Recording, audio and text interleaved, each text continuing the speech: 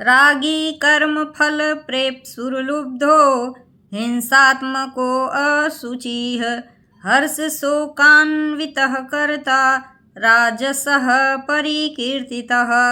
जो कर्ता आसक्ति से युक्त, कर्मों के फल को चाहने वाला और लोभी है तथा दूसरों को कष्ट देने के स्वभाव वाला, अशुद्धाचारी और हर्ष शोक से लिप्त है, वह राजस कहा गया है। अयुक्तः प्राकृतः स्तब्धः शठो नैष्कृतिको अलसः विषादी दीर्घसूत्री च कर्ता तामस उच्यते। जो कर्ता अयुक्त, शिक्षा से रहित, घमंडी, धूर्त और दूसरों की जीविका का नाश करने वाला तथा शोक करने वाला, आलसी और दीर्घसूत्री है, वह तामस कहा जाता है। बुद्धेर्भेदं धृतेश्चैव गुणतस्त्रिविधं शृणु प्रोच्यमानमशेषेण पृथक्त्वेन धनंजय। हे धनंजय, अब तू बुद्धि का और धृति का भी गुणों के अनुसार 3 प्रकार का भेद मेरे द्वारा संपूर्णता से विभाग पूर्वक कहा जाने वाला सुन। दीर्घसूत्री उसको कहा जाता है कि जो थोड़े काल में होने लायक साधारण कार्य को भी फिर कर लेंगे, ऐसी आशा से बहुत काल तक नहीं पूरा करता।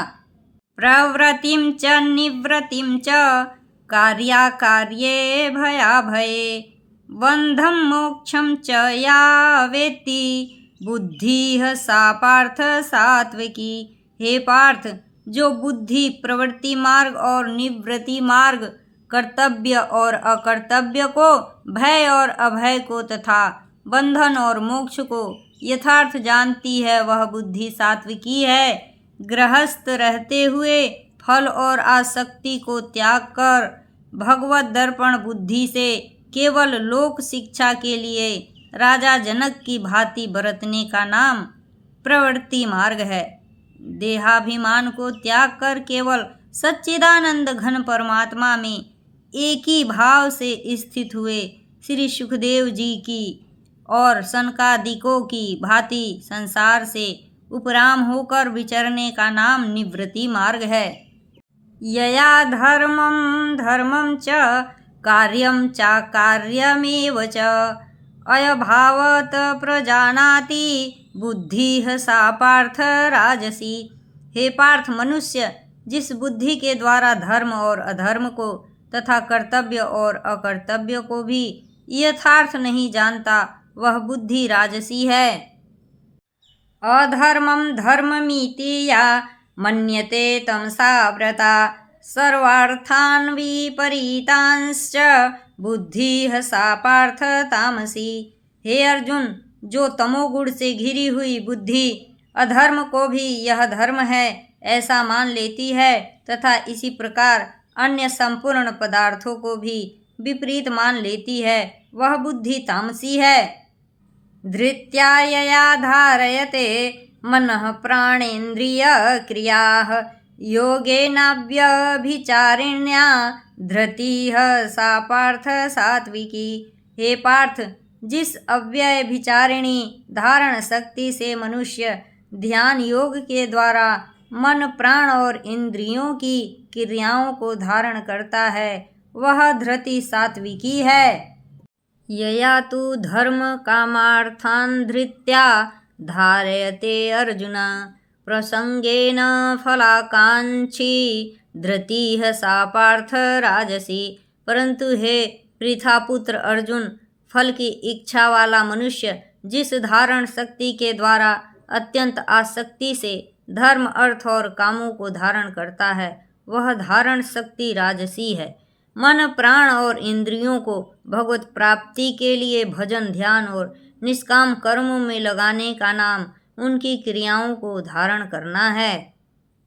यया स्वप्नं भयं शोकं विषादं मदमेव च न विमुञ्चति दुर्मेधा धृतिः सा पार्थ तामसी। हे पार्थ, दुष्ट बुद्धि वाला मनुष्य जिस धारण शक्ति के द्वारा निंद्रा, भय, चिंता और दुख को तथा उन्मत्तता को भी नहीं छोड़ता, अर्थात धारण किए रहता है, वह धारण शक्ति तामसी है।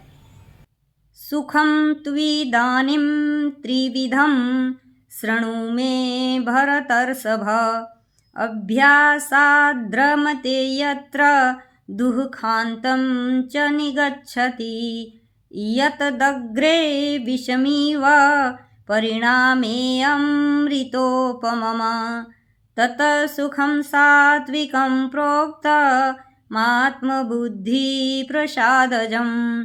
हे भरत श्रेष्ठ, अब 3 प्रकार के सुख को भी तू मुझसे सुन। जिस सुख में साधक मनुष्य भजन, ध्यान और सेवा आदि के अभ्यास से रमण करता है और जिससे दुखों के अंत को प्राप्त हो जाता है, जो ऐसा सुख है वह आरंभ काल में यद्यपि विष के तुल्य प्रतीत होता है, परंतु परिणाम में अमृत के तुल्य है। इसलिए वह परमात्म विषयक बुद्धि के प्रसाद से उत्पन्न होने वाला सुख सात्विक कहा गया है। जैसे खेत में आसक्ति वाले बालक को विद्या का अभ्यास मूढ़ता के कारण प्रथम विष के तुल्य भासता है, वैसे ही विषयों में आसक्ति वाले पुरुष को भगवत भजन, ध्यान, सेवा आदि साधनों का अभ्यास मर्म न जानने के कारण प्रथम विष के तुल्य प्रतीत होता है। विषयेन्द्रिय संयोगाय तदग्रेयमृतोपमम्। परिणामे विषमिव तत सुखम राजसम स्मृतम्। जो सुख विषय और इंद्रियों के संयोग से होता है वह पहले भोग काल में अमृत के तुल्य प्रतीत होने पर भी परिणाम में विष के तुल्य है, इसलिए वह सुख राजस कहा गया है। बल, वीर्य, बुद्धि, धन, उत्साह और परलोक का नाशक होने से विषय और इंद्रियों के संयोग से होने वाले सुख को परिणाम में विष के तुल्य कहा है। यदग्रे चानुबंधे च सुखं मोहनमात्मनः। निद्रालस्य प्रमादो तथं तत्तामसमुदाहृतम्। जो सुख भोग काल में तथा परिणाम में भी आत्मा को मोहित करने वाला है, वह निद्रा, आलस्य और प्रमाद से उत्पन्न सुख तामस कहा गया है।